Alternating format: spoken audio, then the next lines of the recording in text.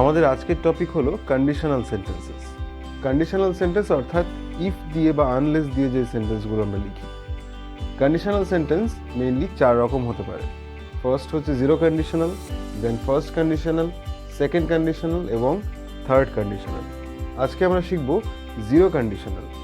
Zero conditional কখন use করা হয়? প্রথমত যদি জেনারেল কোনো ট্রুথ হয়।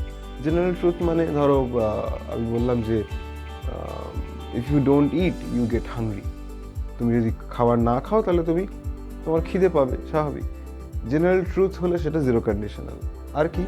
সায়েন্টিফিক ফ্যাক্টস, কোনো scientific fact like if you freeze water it becomes solid. ওয়াটারকে যদি তুমি ফ্রিজ করো তাহলে সেটা সলিডে, কঠিনে পরিণত হয়। এছাড়া কি হতে পারে? কোনো জেনারেল হ্যাবিট বা রেগুলার হ্যাবিট কোনো, ধরো if it's Wednesday I go to work. ঠিক আছে, এরকম 3 ধরনের ক্ষেত্রে জিরো কন্ডিশনাল সেন্টেন্স হতে পারে।